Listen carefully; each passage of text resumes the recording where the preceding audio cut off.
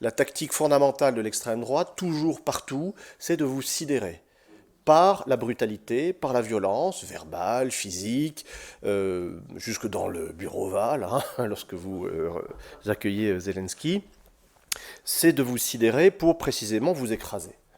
Et lorsque vous gardez votre sang-froid et votre armature intellectuelle pour tenter de qualifier, de spécifier, de nommer ce qu'il se passe, vous apportez une contradiction déjà majeure à l'extrême droite. Voilà. Vous n'êtes pas vitrifié par la violence qui vous fait face. Et donc, c'est à cela que, modestement, les historiens du contemporain essaient de contribuer, et c'est à cela que j'ai voué cet ouvrage qui intitulé Les Irresponsables, et qui est l'occasion de cette invitation. Merci Emmanuel. Alors c'est un ouvrage qui vient de paraître aux éditions Gallimard et qui trouve son origine dans une multiplicité d'interrogations de la part de son auteur, qui est à la fois un historien de profession, un enseignant-chercheur, qui est aussi un lecteur de presse, qui s'intéresse à l'actualité, qui aime bien comprendre ce qu'il se passe, et qui est aussi un citoyen. Et donc ce sont ces divers registres d'interrogation qui ont tourné mon regard à nouveau sur cette période de l'histoire allemande, de 1930 à 1933, qui est très peu connue, et de moins en moins, à en croire les programmes, en tout cas en France, et puis les manuels scolaires, puisque voulant bien faire les choses, et j'ai fait une espèce de recension générale de ce que l'on faisait dans les programmes, les manuels scolaires à ce propos, en l'occurrence on ne fait rien.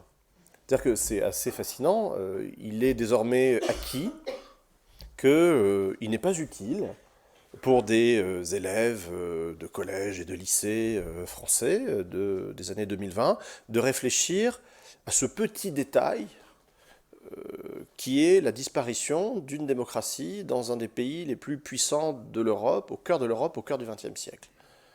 On pourrait penser que c'est utile de réfléchir à cela, à l'étiologie de cela, c'est-à-dire aux causes qui ont mené à cette disparition de la démocratie, au cœur de l'Europe, au cœur du XXe siècle, mais non, puisque on trouve à peine quelques lignes dans les manuels de troisième et de terminale, désormais en France, et à ma grande stupéfaction, ce que l'on trouve est faux.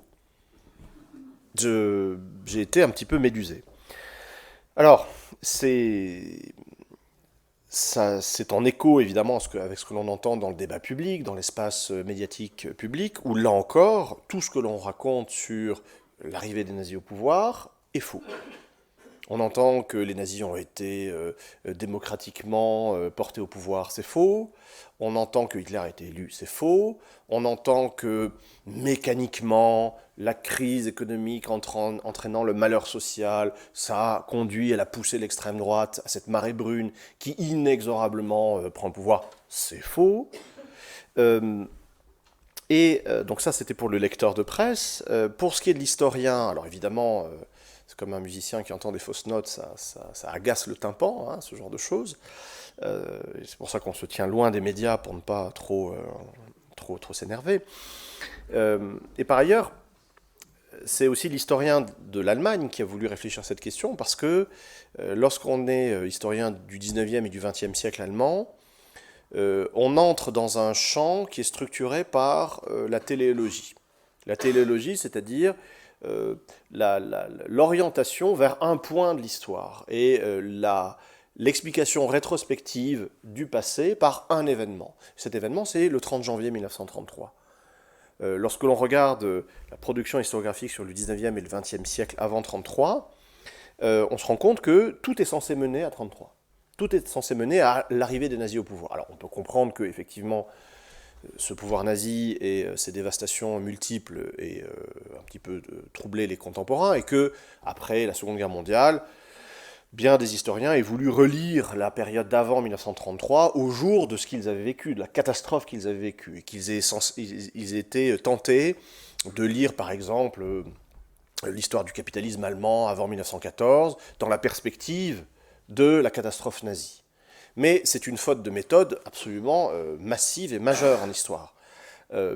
C'est l'amont qui explique l'aval, en bonne logique chronologique. Ce n'est jamais l'aval qui explique l'amont, hein. Tous les hydrographes vous le diront. Sauf pour les saumons, peut-être. Mais en l'occurrence, ou les truites. Il y a le récit qui est aussi également répandu, qui est les nazis sont parvenus au pouvoir simplement démocratiquement parce qu'ils étaient majoritaires, ils avaient gagné les élections, on leur a donné le pouvoir. Et en fait, évidemment, le livre nous explique que c'est plus compliqué que ça. Et peut-être qu'on peut commencer par là pour ceux et celles qui veulent avoir une idée un peu générale du livre sur quelle est un peu la vision alternative et je dirais fidèle en quelque sorte aux faits que tu restitues dans ce livre concernant le processus général d'accès au pouvoir des nazis. Merci Hugo pour cette présentation et ces questions. Merci à toutes et tous pour votre présence et merci aux libraires. Parce qu'effectivement, il faut souligner toute l'activité de tous les membres de la chaîne du livre, hein, de l'édition jusqu'à la librairie, en passant par la logistique. Ce sont eux qui nous permettent de lire et qui nous permettent de nous endormir moins bêtes. Donc merci à elles parce que, en l'occurrence, vous voyez les journées qu'elles font. Hein. Après une journée entière de librairie, une deuxième journée en nous accueillant avec toute cette manutention, cette logistique, et on en éprouve beaucoup de gratitude. Que tu as convoqué, Hugo, et que tu mentionnais, effectivement, c'est ce qu'on entend. Ils sont tous faux. On entend parfois, alors on entend, ou sur les plateaux télé, en gros, hein, les Christophe Barbier et autres vont vous dire que Hitler a été élu. Alors il n'a jamais été élu à rien, en l'occurrence. Il n'a jamais gagné un mandat. Il a été nommé chancelier, puisqu'on n'est pas élu, on est nommé chancelier par le président du Reich. Hein, c'est une prérogative du président du Reich selon la Constitution de 1919. On entend également que les nazis auraient accédé démocratiquement au pouvoir, ce qui est faux, puisque pour une raison structurelle toute simple, c'est que depuis mars 1930, la démocratie parlementaire est suspendue en Allemagne. Il y a eu une décision qui a été prise par le président du Reich et par son entourage, ce qu'on appelle la Camarilla, le petit cabinet, la petite chambre qui entoure Hindenburg. Décision a été prise de ne plus respecter la logique parlementaire, de ne plus respecter les résultats des élections et de ne plus nommer à la chancellerie ceux qui arrivent en tête. Ça a succédé à un traumatisme pour Hindenburg, qui est que de 1928 à 1930, le chancelier du Reich, le chef du gouvernement, est un socialiste. C'est un social-démocrate, il s'appelle Hermann Müller, parce qu'en 1928, le Parti social-démocrate a obtenu le meilleur résultat de son histoire. Et Hindenburg, qui a beaucoup hésité, ce qui rappelle des tergiversations bien connues dans ce pays, hein, et il a attendu 3 semaines avant de nommer Hermann Müller, alors que la logique voulait que, naturellement, le représentant du parti arrivé en tête soit nommé chancelier. Et pendant 2 ans, il y a eu un gouvernement de grande coalition entre les sociaux-démocrates et la droite. Alors, la droite était présente, les sociaux-démocrates sont pas très agressifs, on va dire, hein, ni très énervés en Allemagne à cette époque, mais quand même, il y a quelques mesures d'ordre social qui passent entre 28 et 30, et c'est beaucoup trop pour le patronat allemand, représenté par le RDI, hein, le Reichsverband der Deutschen Industrie, qui est l'équivalent du MEDEF, si vous voulez, l'organisation de représentation patronale, qui est entrée en guerre contre ce gouvernement, pourtant très modéré. Ce harcèlement a conduit à ce que, en mars 1930, les ministres de droite démissionnent et que le gouvernement doive démissionner. Et à partir de ce moment-là, décision est prise de nommer un chancelier de droite. Ce sera Heinrich Brüning, qui est docteur en économie et qui est un technicien des finances. C'est un homme qui a... Je détaille longuement dans le livre, hein, qui comprend l'économie comme on le comprend à l'époque un peu partout dans les facultés de droit, puisque c'était dans les facultés de droit qu'on faisait l'économie, c'est-à-dire de manière très statique, très budgétaro-orthodoxe, et il va mener une politique de déflation. Ce que font toutes les droites partout dans le monde. Hein. Les républicains aux États-Unis, Pierre Laval en France à partir de 1931, et les conservateurs britanniques également. Et pour mener cette politique-là, qui suscite potentiellement l'opposition du SPD, puisque de fait c'est une politique antisociale, hein, on va couper dans les dépenses sociales, on va détruire l'État-providence, on va licencier des fonctionnaires, on va baisser le traitement des fonctionnaires, on va baisser les dépenses de l'État, eh bien Brüning va gouverner par ordonnance présidentielle. C'est-à-dire que la décision est prise d'utiliser un article de la Constitution, qui est l'article 48 alinéa 2, qui avait été pensé par les constituants de 1919 comme étant la réponse possible du pouvoir exécutif à une circonstance extraordinaire. Ce à quoi on pense tous, et ce à quoi pensaient les constituants, invasion du territoire, épidémie, pandémie, catastrophe naturelle, etc. Sauf que, à partir de mars 1930, la décision est prise de mobiliser cet article, non pas pour l'extraordinaire, mais pour l'ordinaire du gouvernement, c'est-à-dire le budgétaire. On va signer des ordonnances d'exception, le président prend les pleins pouvoirs pour faire passer une taxe sur le tabac. Voilà. C'est comme ça qu'on va gouverner pendant 2 ans. Donc de fait, les nazis, dans ce contexte-là, n'auraient pas pu accéder démocratiquement au pouvoir. Par ailleurs, ils n'ont jamais obtenu la majorité au niveau du Reich. Ils ont culminé au maximum de leur croissance électorale à 37,3% des voix, ce qui est gigantesque, hein, on est bien d'accord, le 31 juillet 1932. Mais ça, je retrace un petit peu la manière dont ça s'est passé, la manière dont ils vivent ces résultats, qui sont les meilleurs de leur histoire, hein, ils ne feront jamais mieux. Sauf le 5 mars 1933, mais dans des conditions totalement antidémocratiques. Et donc, ce moment qui est leur summum électoral, ils le vivent très mal. Goebbels note dans son journal 2 choses. Il dit « On a gagné une broutille », eine Kleinigkeit, dit-il, et il note, commentaire, « à gerber », zum Kotzen. Ces résultats sont à gerber. Pourquoi ? Parce que de fait, les nazis font plateau entre le second tour des élections présidentielles en avril 1932, où Hitler a été battu par Hindenburg, et les élections législatives du 31 juillet, ils ont gagné au niveau du Reich, au niveau de la totalité de l'électorat allemand, ils ont gagné entre 300 et 400 000 voix, c'est-à-dire pas grand-chose. Pas grand-chose par rapport à la dynamique de progression quasi logarithmique hein, qu'ils ont connue, effectivement, de 1928 jusqu'à 1932. Quand vous partez de 2,8% en 1928 et que vous arrivez à 37,3% en 1932, effectivement, c'est la courbe que l'on voit dans tous les manuels scolaires en réalité. Hein. Courbe vraiment logarithmique, que l'on conjugue d'ailleurs avec la courbe de progression du chômage. Et l'exercice que l'on propose généralement aux élèves, c'est superposer les 2 courbes. Qu'est-ce que vous en déduisez ? On en déduit que la crise amène la misère et qui amène le fascisme. Bon, sauf que c'est faux. Ça ne se passe pas comme ça, parce que si on resserre l'échelle, au niveau du mois et non pas de l'année, on se rend compte que entre avril et juillet, ça fait plateau, et après juillet, ça dégringole. Il y a une chute nette qui constitue un dévissage de type alpin, si vous voulez, dans les urnes, puisque entre les élections législatives de juillet et celles de novembre, il y a une dissolution au milieu. Les nazis perdent 2 millions de voix en 3 mois, ils perdent 34 députés, ils perdent 4 points. Mais ça, ce n'est qu'au niveau du Reich, c'est au niveau national. Ce n'est rien en comparaison du décrochage rapide qu'ils connaissent à l'automne 32 dans tous les scrutins locaux, cantonaux, municipaux, où là on accuse des pertes de 10, 20, 30, 40 points. Vous imaginez, hein, des dévissages de 40%, enfin de 40 points en l'occurrence. C'est le cas à Weimar, ville symbolique s'il en est, c'est une toute petite ville qui n'est pas très importante en soi, mais pour les nazis c'est important parce que c'est la ville de la Constitution d'une part, et par ailleurs c'est une forteresse nazie. C'est une ville d'extrême droite, Weimar, hein, pendant toutes les années 20, à telle enseigne d'ailleurs que les nazis ont fait leur premier congrès non pas à Nuremberg, mais à Weimar. Et là, ils perdent 35 points en décembre 1932. La conclusion des hiérarques du parti, Goebbels, Hitler, Göring, Himmler, etc., c'est que c'est terminé. Le décrochage est tel que le parti nazi est fini. C'est la conclusion que les nazis eux-mêmes tirent de cette conclusion logique, que tout le monde tire en l'occurrence. Observateurs politiques, nationaux ou étrangers, il y a ce fameux texte de Léon Blum qu'on cite souvent, hein, un éditorial du Populaire en novembre 1932, après les élections du 6 novembre, où Léon Blum note, je cite, les nazis sont exclus du pouvoir, ils sont exclus de la perspective même du pouvoir. Et on cite souvent ce texte pour prouver à quel point personne n'avait pris la mesure du danger nazi, de cette poussée tectonique du mouvement nazi, de cette marée brune, tout le monde était aveugle. Mais non, tout le monde voit très bien ce qui se passe. Et Blum le premier, qui est un observateur très sagace de la politique internationale, et Blum a bien compris que les nazis sont finis. Ils le disent eux-mêmes.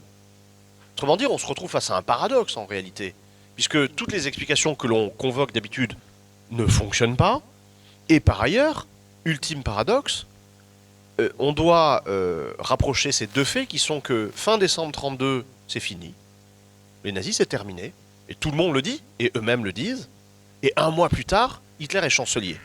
Et donc, cette petite enquête, c'est une exploration de toutes les décisions, intrigues, manigances qui ont de fait mis les nazis au pouvoir au moment même où eux-mêmes ne s'y attendaient plus et avaient abdiqué en réalité.